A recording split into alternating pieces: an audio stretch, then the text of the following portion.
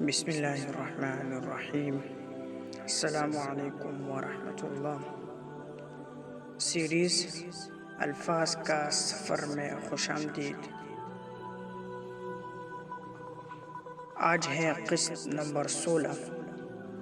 حروف تہجی کے اعتبار سے حرف طا، اور اس پر موضوع ہے طمع، لالچ کا انجام۔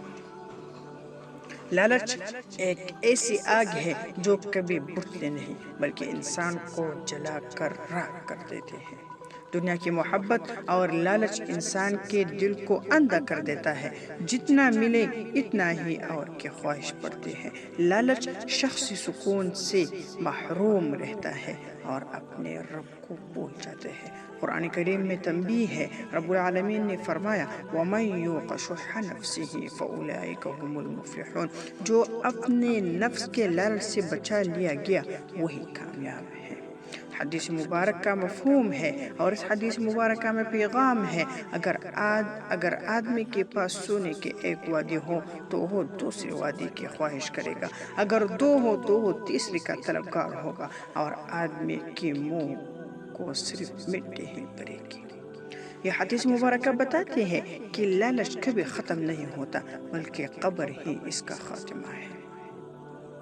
ہم تو طمع کرتے ہیں، لالچ کرتے ہیں، مگر اس کے نقصانات ہیں۔ یہ طمع لالچ دل کا سکون چھین جاتا ہے، حرام میں پڑ جانا ہے، دوسروں کے حق پر دست درازی کرنا ہے، قناعت سے محرومی ہے، دنیا اور آخرت دونوں میں خسارہ ہے۔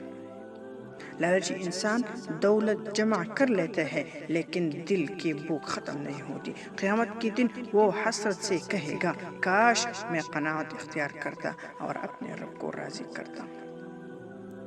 اصل کامیابی قناعت میں ہے۔ رسول اللہ صلی اللہ علیہ وسلم ایک اور حدیث مبارک کا مفہوم ہے، کامیاب ہو گیا وہ شخص جسے اسلام کی ہدایت ملی، روزی بس ضرورت کے مطابق ملی اور اللہ نے اسے قناعت عطا کی۔